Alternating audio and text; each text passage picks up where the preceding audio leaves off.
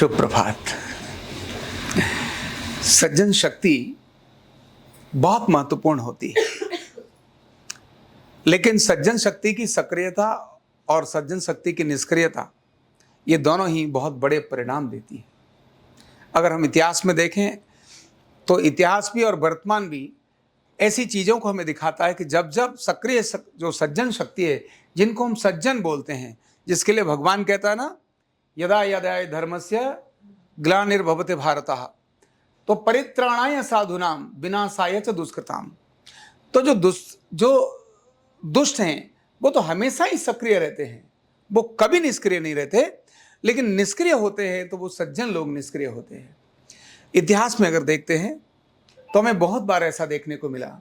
महाभारत हुआ, महाभारत की घटना के पीछे एक तरफ महाभारत को देखें और एक तरफ रामायण को देखें, तो रामायण के अंदर वो सज्जन शक्ति थी वो सक्रिय हुई, और महाभारत में जो सज्जन शक्ति थी वो निष्क्रिय हुई। सभी लोग जानते थे कि जो कौरव हैं उनकी सोच अच्छी नहीं है, वो पांडवों को कभी भी हित बारे में नहीं सोचते। शुरुआत से लेकर ही उनका उद्देश्य एक ही है, किसी भी प्रकार से अपना कंट्रोल करना, किस प्रकार से पांडवों को दुख देना। लेकिन वो तो भी निष्क्रिय रहते थे। राज्य से बंधे हैं, हम तो राज्य से बंधे हैं। और ऐसी घटना भी घटी कि जब द्रौपदी का चीरहरण हो रहा है, पितामह भीष्म वहाँ हैं, अश्वत्थामा वहाँ हैं, गुरु द्रोणाचार्य वहाँ पर है, मानी कृपाचार्य वहाँ हैं, सभी वहाँ पर हैं, लेकिन कोई भी तो आकर ये नहीं कह रहा, हे दुर्योधन, हे दुशासन, तुम ऐसा क्यों कर रहे हो। इतने शक्तिशाली बलवान सज्जन लोग भी वह निष्क्रिय होकर के शांत बैठे हैं। और ऐसा होने के कारण से महाभारत जैसी घटना घटी।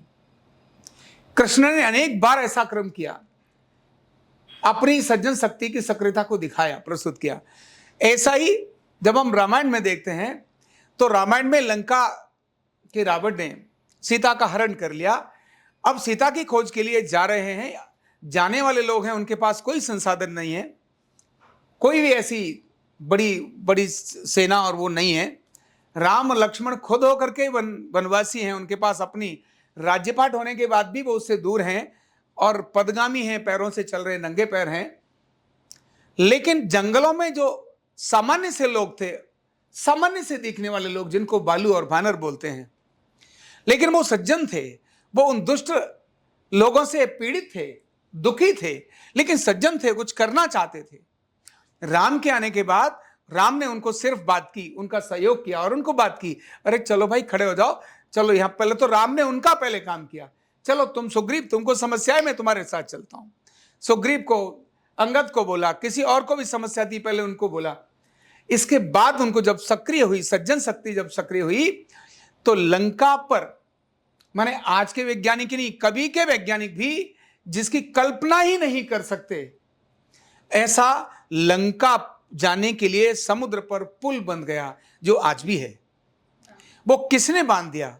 सिर्फ वो सज्जन लोग थे, लेकिन वो सक्रिय हुए। सज्जनों ने ये नहीं कहा मैं आज नहीं करता, तुम कर लो, आज तो मेरी तबीयत ठीक नहीं है, इतनी धूप में कौन जाएगा, अरे देखो रात को मैं सोया नहीं था, सवेरे नींद मेरी खुली नहीं, इसलिए मैं नहीं करूंगा। नहीं, गिलहरी भी सज्जन थी, उसने भी पानी में भीग करके अपनी पूंछ को और उस रेत डालने का काम किया। सज्जन मतलब सज्जन जो एक अच्छे काम को करने के लिए जा रहा है, जब वो सक्रियता दिखाता है तो समुद्र जैसे अथाह जल सागर पर पुल बांधने की ताकत हो जाती है। और जब ये सज्जन शक्ति निष्क्रिय होती है तो भारत के चुनावों में हमें देखने को मिलता है है ना, कहीं अयोध्या के अंदर सज्जन शक्ति जब निष्क्रिय हुई तो जो राम को लाने वाले थे वही वहां से दूर हो गए, वही हार गए, है ना। चुनाव बेशक सबकी अपनी मन का है, लेकिन लालच में देने वाले लोग, पार्टियां, हम तुमको ये दे देंगे, हम तुमको वो दे देंगे, तुमको 5,000 मिलेगा, तुमको 8,000 मिलेगा, सारी पार्टियां तो लालच करती हैं। लेकिन सज्जन सब निष्क्रिय, जो सज्जन जो है वो निष्क्रिय हो जाते हैं।